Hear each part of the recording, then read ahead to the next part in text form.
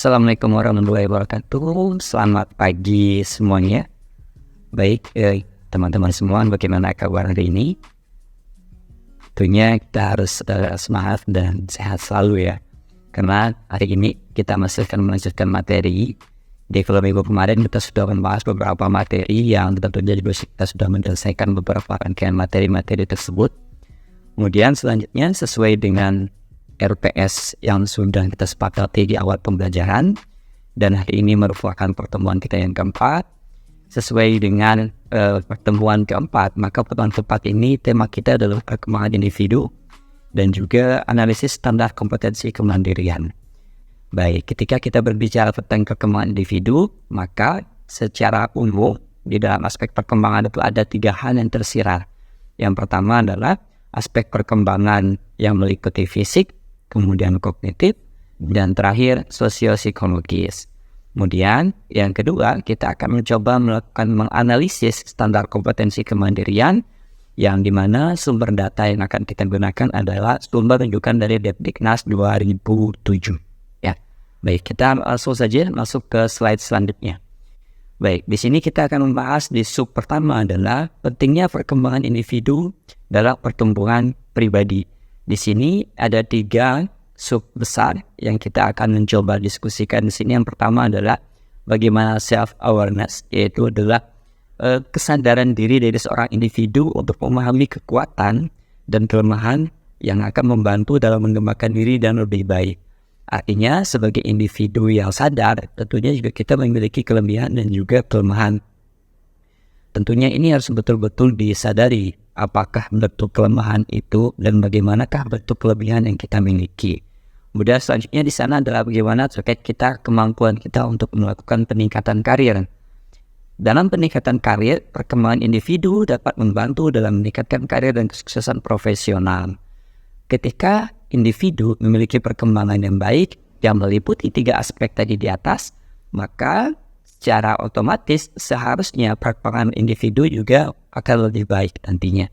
Kemudian selanjutnya di sini adalah kualitas hubungan. Nah, kualitas hubungan ini juga menjadi salah satu tolak ukur pentingnya perkembangan individu, di mana kualitas hubungan yang dimaksud adalah perkembangan individu yang akan membantu meningkatkan komunikasi dan juga keterampilan hubungan. Ketika individu memiliki komunikasi yang bagus, komunikasi verbal yang baik, kemampuan non-verbal yang baik, maka itu juga akan menjadi salah satu fondasi yang akan mendukung kompetensi individu itu untuk memiliki perkembangan yang baik pula tentunya. Selanjutnya di sini ada beberapa macam-macam tugas perkembangan individu. Tugas perkembangan individu di sini saya rangkum menjadi 4 hal pokok saja. Kalau di beberapa referensi, memang ada beberapa tugas-tugas perkembangan individu. Nah, di dalam tugas perkembangan individu kali ini saya hanya membahas 4 saja. Kemudian nanti kita akan mencoba mengintegrasikan dengan standar kompetensi kemandirian. Ya, baik. Tugas perkembangan individu yang pertama di sini meliputi pengembangan keterampilan. Pengembangan keterampilan itu adalah bagaimana seorang individu mampu memperkuat keterampilan di bidang tertentu, seperti kepemimpinan ataupun keterampilan-keterampilan teknis. Keterampilan teknis di sini adalah keterampilan aplikatif yang bisa langsung digunakan oleh individu, baik itu untuk pengembangan diri di dunia pendidikannya maupun di dalam hal karirnya nanti. Nah, kemudian selanjutnya di sini saya juga menyampaikan terkait dengan keterampilan komunikasi yang efektif. Karena bagaimanapun individu itu harus memiliki komunikasi yang efektif. Komunikasi yang efektif itu tentunya adalah kemampuan kita memiliki komunikasi verbal dan juga komunikasi non-verbal. Saya di sini memaparkan beberapa contoh terkait dengan komunikasi yang efektif, di mana komunikasi efektif ini di sini meliputi keterampilan individu tentang insight, korespondensi, kemampuan menyusun makalah, dan juga notulensi. Kemudian untuk keterampilan verbalnya di sini meliputi debat, kemudian kemampuan berdiskusi, dan juga kemampuan menjelaskan.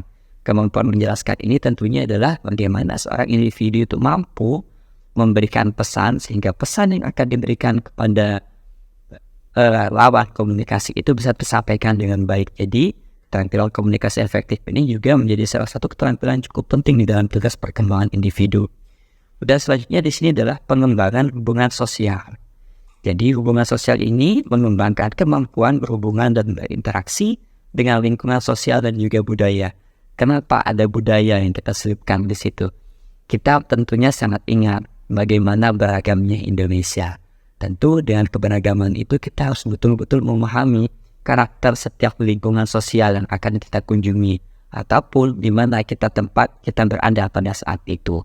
Ya, sehingga konteks sosial dan juga konteks budaya itu menjadi kajian yang cukup menarik, sehingga saya memiliki persepsi bahwa perkembangan hubungan sosial menjadi salah satu tugas perkembangan individu yang cukup dan harus kita selesaikan juga.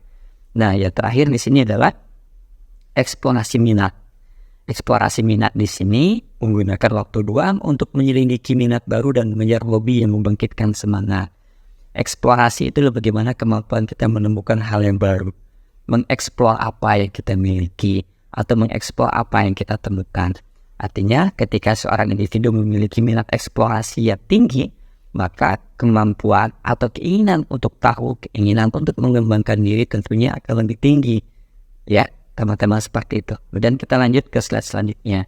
Nanti setelah slide selesai, kemudian kita akan melanjutkan dengan diskusi, ataupun nanti ketika ada beberapa catatan, nanti kita diskusikan kembali. Kita akan mulai membahas terkait dengan standar kompetensi kemandirian. Kita akan mencoba menganalisa. Ya, karena di dalam menganalisa ini nanti kita bisa menemukan hal-hal yang baru tentunya. Di dalam Diknas 2007, di sana ada 10 sampai dengan 11 standar kompetensi. Standar kompetensi ini biasanya meliputi untuk satuan pendidikan sekolah dasar itu ada 10 standar kompetensi yang harus diselesaikan. Kemudian selanjutnya untuk sekolah menengah pertama itu ada 10 juga. Sekolah menengah atas itu ada 11 kompetensi. Untuk perguruan tinggi itu juga ada 11 kompetensi yang harus diselesaikan. Baik, kita mulai diskusikan terkait dengan kompetensi-kompetensi tersebut. Standar kompetensi bimbingan konseling di perguruan tinggi. Ini adalah satu dari 4 standar yang akan kita bahas. Oke, baik. Di sini ada rambu-rambu penyelenggaraan. Di dalam standar kompetensi kemandirian itu akan terdapat aspek perkembangan. Kemudian nanti di sana di tataran internalisasi atau tataran internalisasi tujuannya itu ada 3 pokok. Ada pengenalan, kemudian akomodasi, dan juga output akhirnya adalah tindakan. Di mana tindakan yang dimaksud ini adalah setiap aspek perkembangan itu harus memiliki tindakan dan output yang jelas apa yang diinginkan. Sehingga individu itu bisa terukur. Kalau misalkan kita di dalam ilmu bimbingan dan konseling, sebelum kita menyusun program, maka kita harus dan wajib melakukan asesmen kebutuhan terlebih dahulu. Nah, jika teman-teman akan melakukan asesmen kebutuhan, SKK atau standar kompetensi kemandirian ini menjadi salah satu referensi rujukan yang harus kita gunakan di dalam menyusun instrumen-instrumen itu. Baik, kita mulai dari beberapa aspek. Aspek pertama itu adalah landasan hidup religius. Di dalam landasan hidup religius itu di sana ada pengenalan, jadi teman-teman bisa lihat di slide ya, supaya kita tidak perlu membacakan semuanya. Ada pengenalan, ada akomodasi, dan outputnya tindakan. Kemudian aspek perkembangan yang kedua di sana ada landasan perilaku etis. Aspek perkembangan ketiga di sana ada kematangan emosi. Aspek perkembangan keempat di sana ada kematangan intelektual. Kemudian yang kelima ada kesadaran tanggung jawab sosial. Yang keenam ada kesadaran gender. Yang ketujuh ada pengembangan diri. Kemudian yang kedelapan ada perilaku kewirausahaan atau kemandirian perilaku ekonomis. Yang kesembilan ada wawasan dan kesiapan karir. Yang ke-10 kematangan hubungan dengan teman sebaya. Nah, dan yang ke-11 ini adalah salah satu aspek perkembangan yang tidak ada pada SKK tingkat sekolah dasar dan juga sekolah menengah pertama. Cuman ada di sekolah menengah atas atau SMA, kemudian cuman ada di perguruan tinggi. Yakni kesiapan diri untuk menikah dan juga berkeluarga. Kita masuk ke dalam tantangan dan hambatan dalam perkembangan individu. Di sini ada beberapa hal yang saya kelompokkan. Cuman di sini saya kelompokkan menjadi 3 bagian saja. Yang pertama di sini adalah keterbatasan waktu. Keterbatasan waktu yang saya maksudkan di sini adalah bagaimana kemampuan kita untuk mengatur waktu dengan bijak sehingga dapat menjadikan tantangan dalam mengembangkan diri. Tentunya hal ini dengan arus informasi yang tidak terbendung, kemudian teknologi yang sudah bisa kita rasakan dan hari ini sudah ada di genggaman, tentu ini juga menjadi tantangan tersendiri. Sehingga terkadang ini juga bisa menjadi tantangan dan hambatan. Ini juga nanti bisa teman-teman coba cari referensi terkait dengan jurnal-jurnal. Ada beberapa adiksi atau candu yang disebabkan oleh digital, dan tidak jarang juga Kominfo itu mengklasterkan ke dalam hal-hal yang negatif. Artinya hal negatif itu adalah generasi Z dan juga Alpha hari ini banyak terpapar terkait dengan adiksi yang berkaitan dengan teknologi. Itu juga tentunya menjadi keterbatasan waktu untuk kita mengembangkan diri. Dan selanjutnya, ada ketidakpastian dan rasa takut. Yang kami maksudkan di sini adalah ketakutan gagal atau rasa tidak aman dapat menghambat perkembangan individu. Tentu gagal adalah hal yang sangat tidak diinginkan oleh semua individu. Semua individu menginginkan ketika mencoba hal baru, maka keberhasilan adalah salah satu hal terbesar yang selalu diinginkan. Namun, kegagalan juga menjadi salah satu batu lompatan atau pembelajaran untuk kita bisa menemukan pengembangan diri kita nantinya. Ya, ini juga menjadi catatan. Yang terakhir di sini adalah kurangnya sumber daya. Kurangnya sumber daya di sini adalah keterbatasan akses terhadap sumber daya dapat menjadi hambatan dalam perkembangan individu. Daya yang dimaksudkan di sini adalah tidak hanya daya yang ada di sekitar kita, akan tapi daya yang dimiliki oleh personal itu juga menjadi salah satu keterbatasan. Sehingga benar apa yang dikatakan tadi di atas di beberapa slide yang tadi sudah kita lewati, kemampuan kita untuk mengeksplorasi diri, kemampuan kita untuk menemukan apa yang kita miliki dan apa yang kita bisa, menyadari apa kekurangan dan kelebihan itu juga bisa menjadi salah satu hal yang bisa menggugurkan tantangan dan hambatan di dalam kurangnya sumber daya ini.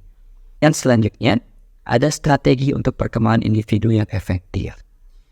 Strategi untuk perkembangan individu yang efektif ini adalah satu, ada penetapan tujuan. Kita harus memiliki tujuan yang jelas.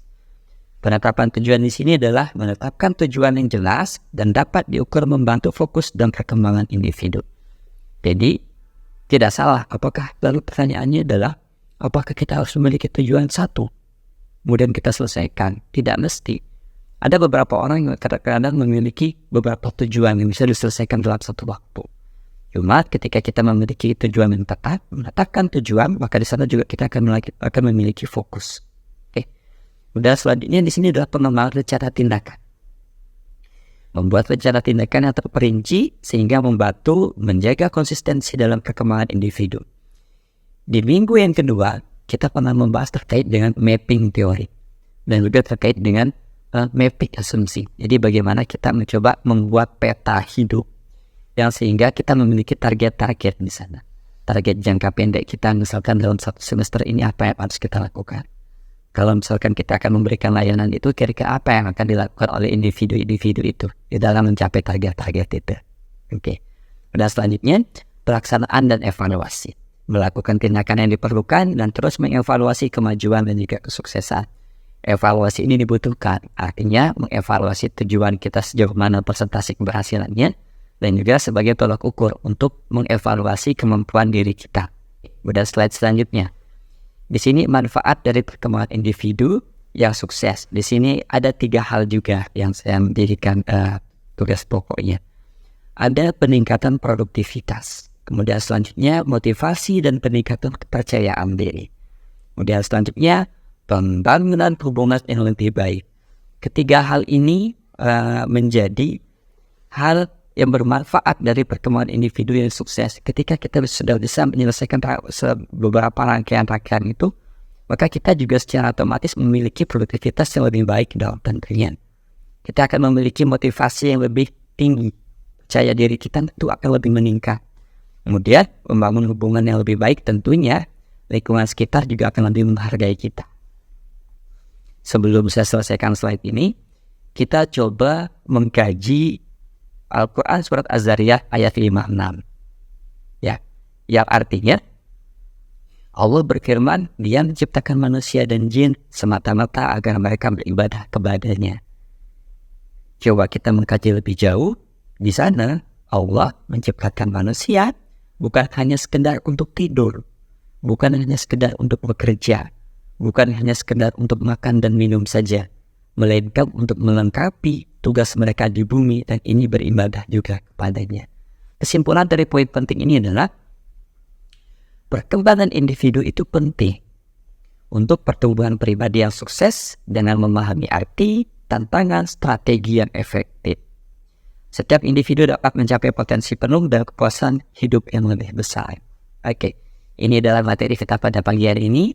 Ketika ada hal yang mau didiskusikan, silakan nanti teman-teman tulis di kolom komentar dan nanti kita akan diskusikan. Oke, baik, sebelum saya tutup, ini adalah beberapa sumber referensi. Di sana ada sumber referensi yang saya cantumkan. Jadi nanti teman-teman kalau misalkan ada hal yang mau didiskusikan atau kita mau mendalami lagi, nanti kita akan bedah menggunakan 4 referensi yang saya cantumkan. Oke, terima kasih untuk hari ini. Terima kasih atas perhatiannya. Sampai ketemu di materi selanjutnya. Sekian, sebelum saya tutup, semoga kita semua sehat selalu. Salam semangat. Assalamualaikum warahmatullahi wabarakatuh.